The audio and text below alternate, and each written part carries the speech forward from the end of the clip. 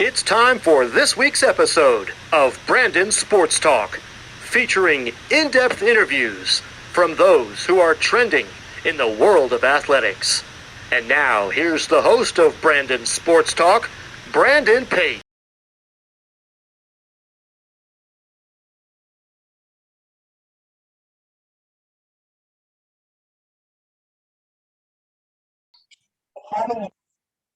Welcome back to Brandon Sports Talk. In today's episode, I have the privilege to interview the Corpus Christi's Assistant ADs for Sports Performance, Lee Scott. How are you doing today? Doing well, Brandon. Thank you for having me on the show. Can you talk about how you knew that you wanted to work in college athletics? Yeah, absolutely. So since a young age, I was always involved in sports. I really enjoyed being outside and competing and being in a team environment. And as I got older, that passion didn't leave me, and I was blessed enough to play a little bit of sports in college and professionally. And so after I finished my education and my playing time, it just felt like the right decision to continue to chase that passion. So it's kind of how I ended up finding my way into collegiate athletics. What was it like, obviously, playing college football for Northwestern State? It was an amazing experience. I think anytime that you get the opportunity to play collegiate sports, you have to understand just how blessed you are. Not a lot of people get that opportunity, and so looking back on it, it was just something that I'm just so grateful that I was able to have that experience. And Northwestern State is a phenomenal university. I had a great time there. And we had a lot of success. Or my freshman year, we ended up winning a conference championship, and I got to see and be around a lot of great athletes and be coached by a lot of great coaches. And that was also where the passion for strength and conditioning kind of began under Coach Ryan Sizik, who came in and really kind of demanded the best of us and helped to push me to a level that I didn't understand was inside of me. And so that kind of helped to grow that passion towards sports performance and towards collegiate athletics. What was that like, obviously, learning that you wanted to get into the sports performance side? It was something that I didn't really understand. I didn't really understand the field itself. I always enjoyed training. But like I stated previously, when Ryan Sizik came on and started running our strength conditioning program, I realized that there was just so much more to it than just like working out. There was periodization, there was intent, there was a strategic approach that went on kind of behind the scenes, and that really engaged my mind and kind of really brought on a new understanding of what strength conditioning was, and that was really what kind of continued to push and drive me to get into the field. What was it like, obviously, after your college time, getting into arena football? It was really neat. Once I graduated with my degree in exercise science from Northwestern State, I wanted to give myself an opportunity to continue to play. When you're an athlete and when you compete at something, you never want to shut the door, right? And so I was blessed enough to have had enough skill and talent to went to a couple tryouts and combines and stuff, and finally landed with that Houston arena team. And it was a really cool experience, being able to kind of suit up and call myself a professional athlete. Not a lot of people get to do that as well. Now, I mean, granted, it was the NFL, or it wasn't like the highest ranks, but at the end of the day, I did get a small check. So I mean, I guess technically, like I said, I was a professional athlete. So just being able to experience that was something that I'll never take for granted. What's that feeling like of getting to play with the Houston Stallions? It was neat. I think it was kind of a new idea. I think the arena football had started to get a little bit momentum, in the nation, and it was a little bit lower level, but we still had a decent amount of decent turnout for our games, and it was a fun environment. It was entertainment, and at the end of the day, like, that's kind of what sports is about. It's about entertaining the individuals that come to watch it. And so it was neat to be technically like in the entertainment business, from a professional perspective. And so like I said, I cherish those experiences, and it helped me to grow and to learn, how to continue to be an adult and manage time and manage money and all those types of things. Was it like obviously going to the national combine at Lucas Oil Stadium and obviously getting to be there where obviously the NFL combine is held? It was awesome. That was probably one of the coolest experience I had, from a professional perspective.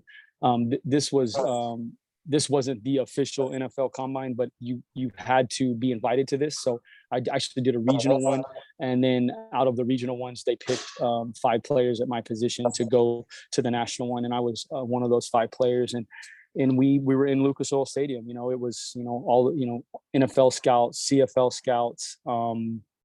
You're looking at all the cult stuff. You're walking in there, and man, I just like even thinking back on it now, it was just something that, to say that I got to experience that, is just really humbling. Like it's really neat, and I wish I would have kind of soaked it in a little bit more when I was there. Because you're there and the whole goal is to like get a contract, right? Like my whole goal was to perform, and so it wasn't a sightseeing trip. It wasn't anything about that, and I wish I would have been able to kind of had the maturity to do both, like to not necessarily go sightsee, but just to soak it all in, because I was just so focused on going and getting a job. But my performance was good. I performed really well there, and unfortunately, being a professional kicker, there's only 32 jobs in the NFL, and the CFL. If you're American, it's a little bit harder to make those teams. So they have a specific number of Americans that can be on their rosters. And so, yeah, I mean, the position that I was trying to make it in was pretty tough. But I don't hang my head in any sense of the manner, because I know I gave it everything I had, and I made the most of every opportunity that I did have. After your professional playing career, what was it like obviously becoming a grad assistant at Midwest State? Yeah, at Midwestern State. So, after I had played 3 years at Northwestern State, I had an injury, and it kind of set me back, and I wanted to finish my collegiate career. And so I transferred to the Division II level at Midwestern State University, which is, where I ended up getting both my master's and my master's degree. And that place is awesome. Just like Northwestern State, was very, very neat and soaked in tradition. And also I found a lot of success there. We were able to win a conference championship, and I played with some guys that ended up going to the NFL. And so it was a really neat experience. But actually, I did my graduate assistant stint right after I finished playing collegiate ball, and then graduated with my master's, and then went professional. So I actually had a stint about 4 or 5, 3 to 4 years where I wasn't doing strength and conditioning. I was just chasing professional football around. So that was actually before I went to play pro, which is kind of crazy how it all worked out. What was it like obviously getting to work with the women's basketball as a grad assistant strength and conditioning coach? That was, there's something to be said for people that are in leadership roles that will trust and delegate the people that are beneath them. And Coach Frank Bourgeois, who's a great friend and mentor of mine, did a phenomenal job of trusting me and helping cultivate me into a sports performance coach, into a strength conditioning coach. He didn't have to give me that responsibility, but he trusted that, trusted in my enthusiasm, in my passion, and that I was going to do right by him and right by those individuals. And so it was a lot of responsibility at a young age. That was kind of my first opportunity to lead a team, and I learned a lot. And I definitely didn't know exactly what I was doing. That's for sure. I was kind of learning on the fly, but the number one thing that I did was just made myself available, and I was going to serve. Like, I was going to do everything I possibly could to make those kids' experiences the best they could possibly be. And that's ultimately how, I feel like we're called to live our lives, to serve others and to try and make sure that the experiences that other individuals are going through are the best that they could possibly be. And so that was how I went about, fulfilling that role. and thankfully, I did a good enough job where they didn't fire me, right? So I was able to do it, and actually got to continue. And I ended up doing the men's program as well before I left there. So it was a great experience. What was it like, obviously, leaving there to take the head strength and conditioning coach role at Texas A&M Kingsville? Yeah, so kind of like I said, the timeline was a little crazy, because once I left Midwestern State, I chased the pro ball around, and I was actually in Houston. The Houston Stallions team ended up going under for financial reasons, and the league itself kind of folded. And so I was sitting there, and I was personal training and working at this big nice club in downtown Houston, but I didn't have a career. I was just kind of living life. I had a good life, but it wasn't a career. And a coach that I played underneath and coached with at Midwestern State got a job as the offensive coordinator at Texas A&M University of Kingsville, down there in Kingsville, Texas. And so he calls me and he said, "Hey, we need a strength coach." And I said, "All right, I haven't been doing strength conditioning for a while, but I'll come down there. I'll give it a shot." And so I put an application in. I went down there, did the whole interview process, and before I left to drive back to Houston, they'd offered me the job. And I was, I think, either 26 or 27 at the time. And it was unbelievable. Like I still think, when I think back to that time, like the trust that university put in me, to give me the reins to their program, to lead their student athletes, is humbling. And I'm so thankful for it. Now, little did I know what I was getting into, because I ended up being the only full-time strength coach for over 350 athletes, and I taught 2 kinesiology classes. So it was definitely trial by fire. Like, you were either going to find a way to do it, or you were going to sink or swim. And thankfully I found a way to swim through it. And we got a lot done down there. And although it was kind of by myself at first, I did have a lot of people that supported me, the coaching staffs down there, from football through cheerleading and track and field, and all of the sports were just phenomenal. They worked really well with me and believed in me and trusted me. And so, that was kind of where I cut my teeth and learned how to coach. And I wouldn't be who I am today. I wouldn't be the coach I am today if I wouldn't have been given that opportunity. So, I'm forever grateful for that. What was that feeling like of leaving Kingsville to go to Corpus Christi? It was difficult, to be honest, because I had been in Kingsville for about a year, almost 2 years. I was starting to really find my stride, as a coach, and starting to put my stamp on the program itself. We went from one person. I had 2 full-time GAs at that time. Then we'd won in track and field. We won in baseball. I had won some championships with some different teams. Football was kind of starting to come around, and I was the head guy. And then my good friend and another mentor, Richard Burnett, calls me up, and we had met at a conference before, and he's like, "Hey, I need a number 2. I need somebody to come in here and help me run the show." And he's like, "You're the guy. Like, you're who I want," And I said, "Man, I don't know. Like, it was in the middle of football season. I don't know if I can leave, this, that, and the other." And so he waited for me until the end of the semester. He needed to hire somebody in October, and he didn't hire me until January. And he waited for me to take this position. And it was the best decision that I ever made. Like, he saw more in me than I saw in myself. And so I took the assistant role here under Coach Rich Burnett, and the rest is history. Here I am, What was it feeling like when you got promoted to become the head strength and conditioning coach? Yeah, that, so, I got here in 2013, and Coach Burnett got an opportunity where he could spend a little bit more time with his family, and still continue to fulfill the role of coaching, but at a different level, in a different environment. And so he decided to take another job. And when he did, now the head chairs, there's nobody sitting there. So obviously, I wanted to be the guy, but I didn't know if they would believe in me, right? Like, I'm a young, less than 30 years old. I've got, about 2.5 to 3 years of experience, professionally. And here at our university, men's basketball is the premier sport. And so if you're the head strength coach, or in my case, if you're leading the sports performance department, one of your requirements is to train men's basketball, travel, and do all those things. And so I hadn't had a ton of interaction with the men's basketball program. I had assisted and helped in some different stuff, but they didn't know me that well. And at the time, it was Coach Willis Wilson was our head coach, and so I met with him, had a great conversation, and he just straight up looked me in the eyes and said, "Hey, I think you can do a great job for us. Like, I believe in you. Like, I'll put a good word in for you with the AD."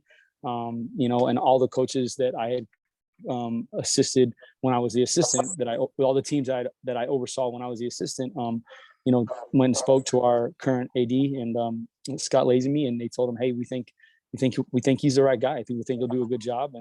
And so Lazenby sat down and talked to me, and they promoted me, and I'm so thankful that they saw that in me.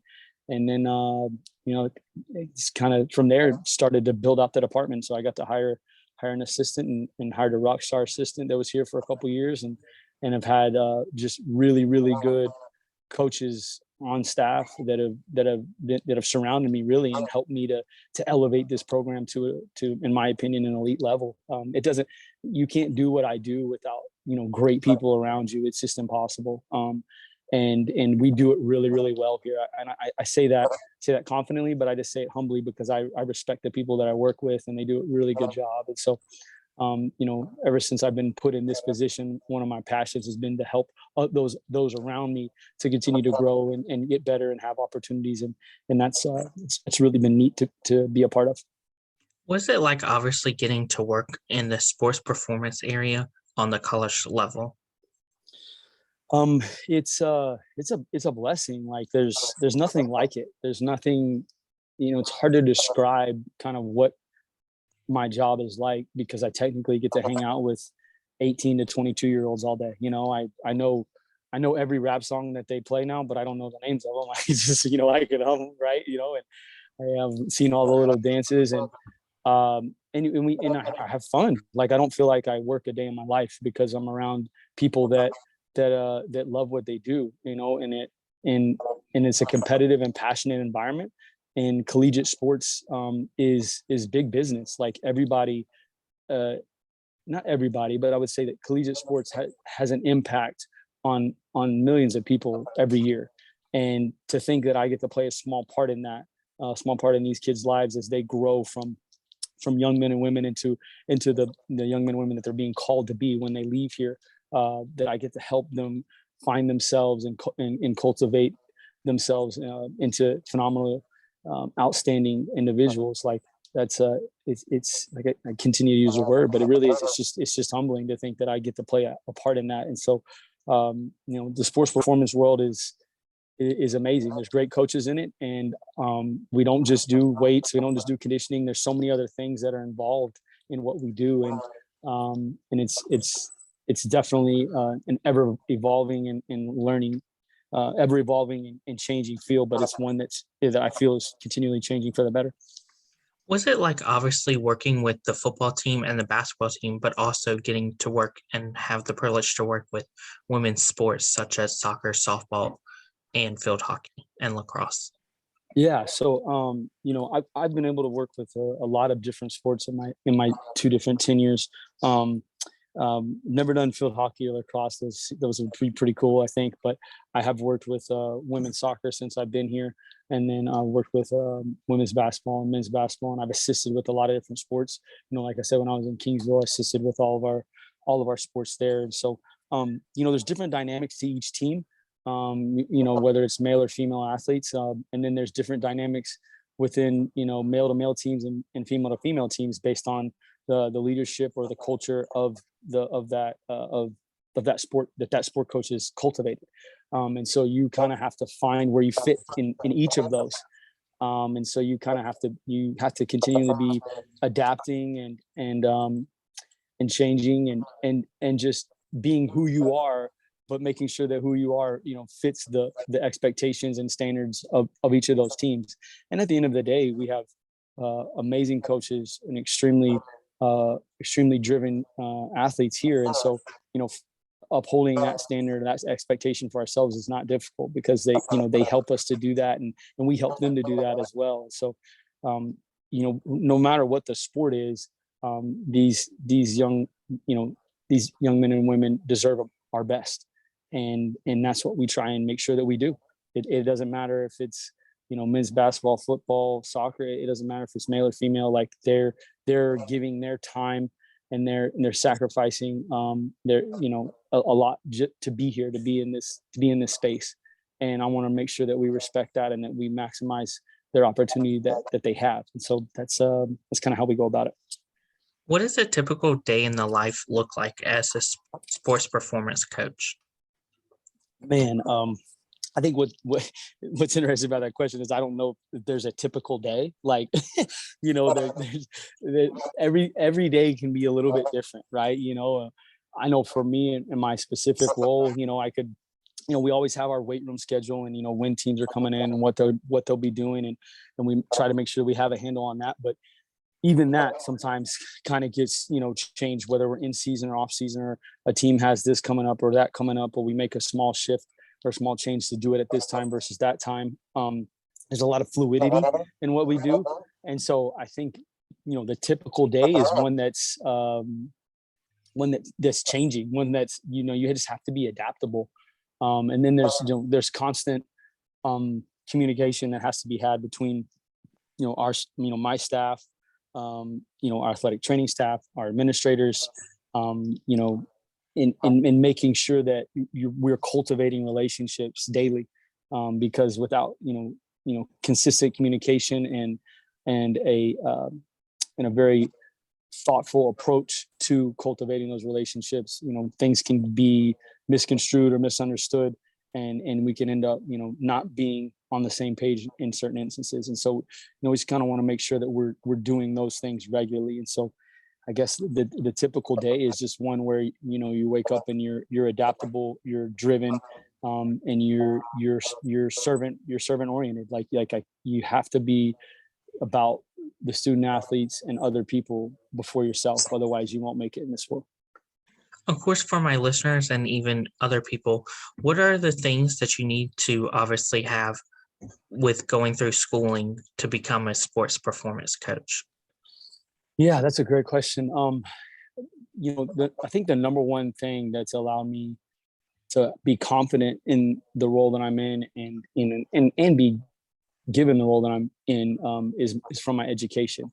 And so, if there's one thing out there that you can't take for granted, it's education. And so, getting a bachelor's degree that's in the field, whether it's, exercise science or sport physiology or something along those lines. And then, sadly, a bachelor's degree nowadays isn't enough. Like you have to get a master's degree in the field. In my opinion, there's too many good coaches out here. There's too many intelligent people that are already at that level, that are getting a ton of experience and that are coming out and they've got a master's degree and they've got 2 or 3 certifications. They've got, a couple years of experience. So it's a tough field to get into. But once you're in it, it's like a giant family, where we kind of all try to look out for each other, whether, I've got a position, I'll call this coach, hey, do you got a position, or what did you hear about this, or I heard about that person. And so we're always trying to help and cultivate the people that are in this field. But unfortunately, the field is pretty difficult to navigate at first. And it just takes a lot of commitment and sacrifice. If this is really what you want to do, you can definitely get it done, but you have to be able to make some sacrifices that you might not feel comfortable making at the time, but you have to just trust that you're on the right path.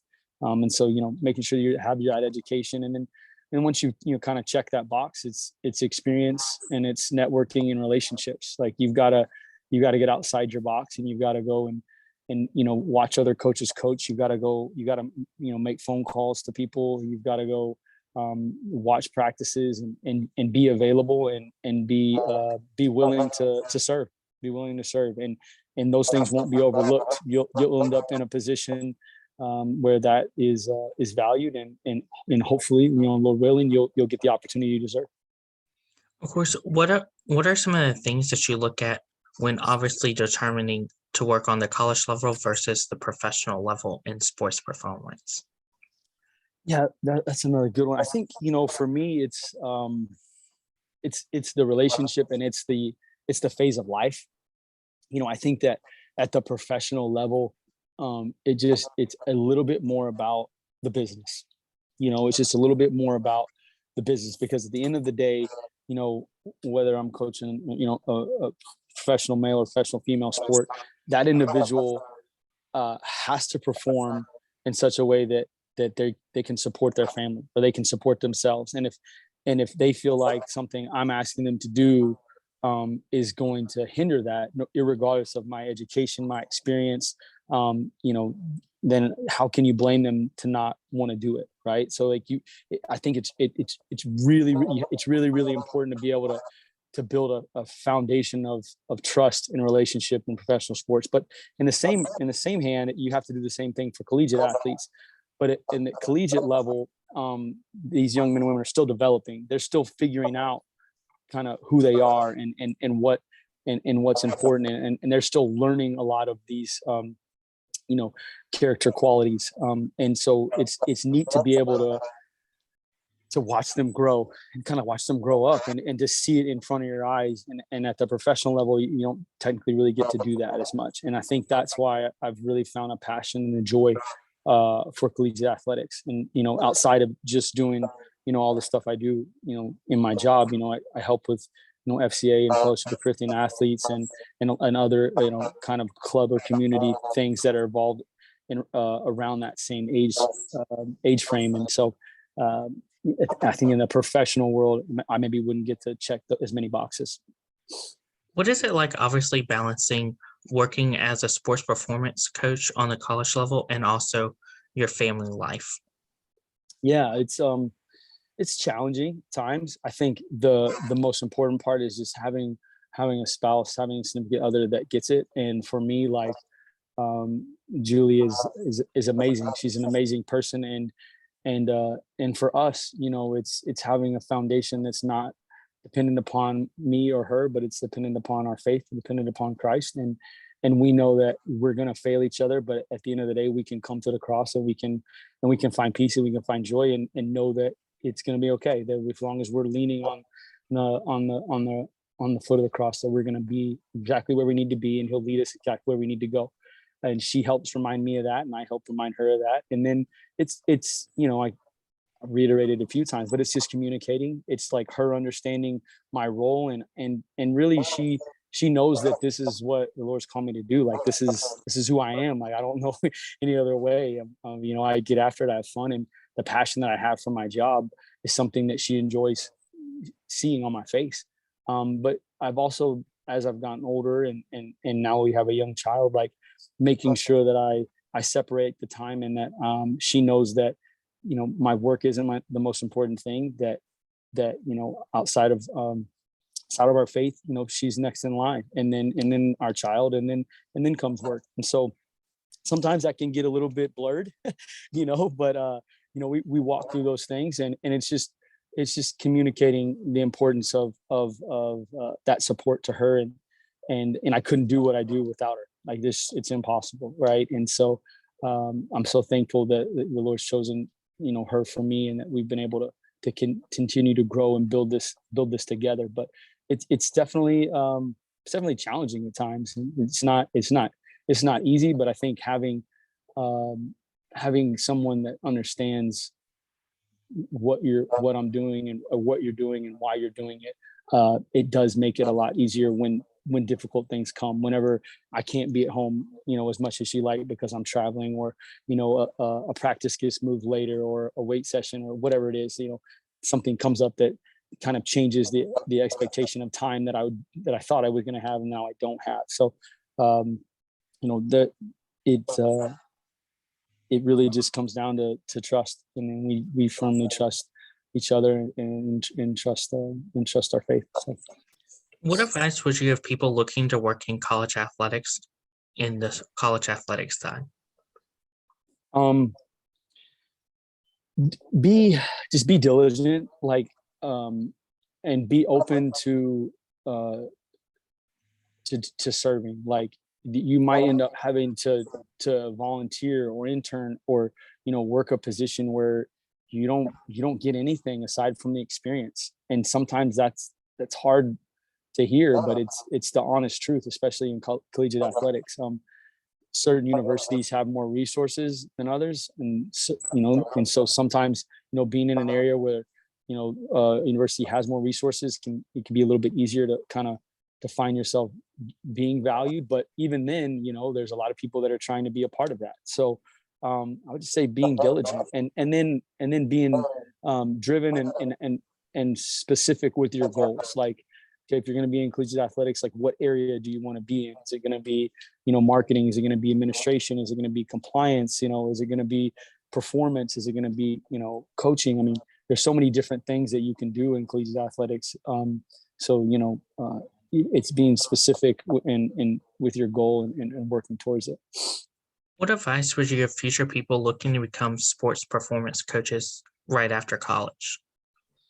Yeah, I think just very similar to the previous statement would you just be, like I said, being diligent and maybe more so being open to the experience. Like maybe if you want to work in football but you can't get a football position, well, you need to be coaching. So maybe you work maybe you're coaching at the collegiate level and you're doing men's and women's tennis and golf. Well, it's okay, it's not football, but you're coaching.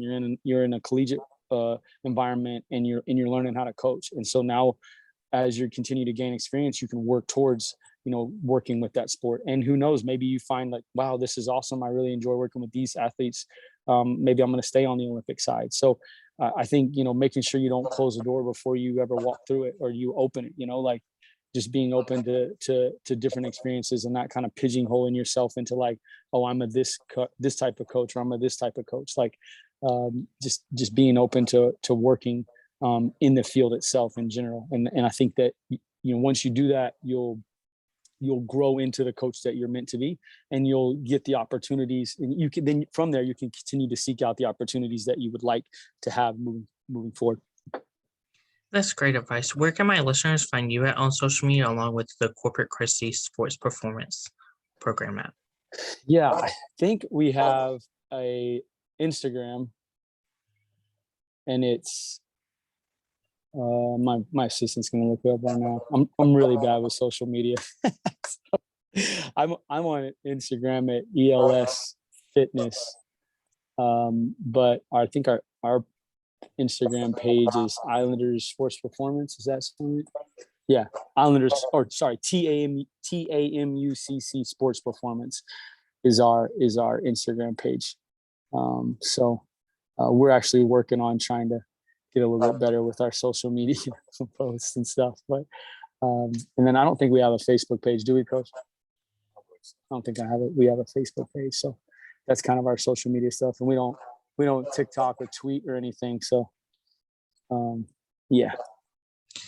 Thank you again, Coach Lee Scott, for your interview, and best of luck in your future at Corpus Christi as the Assistant AD for Sports Performance. Thank you, Brandon. I appreciate it. Thank you for your time. You can find Brandon Sports Talk on Facebook at Brandon Sports Talk, Instagram at Brandon Sports Talk, Twitter at Talk_Brandon, and you can find me on YouTube at Brandon Sports Talk. Don't forget to like, comment, and subscribe. Thank you again, Coach Lee Scott, for your interview, and best of luck in your future. Thanks, buddy. Have a good one. You've been watching Brandon Sports Talk. Please feel free to like, share, and subscribe to Brandon Sports Talk on social media and on YouTube.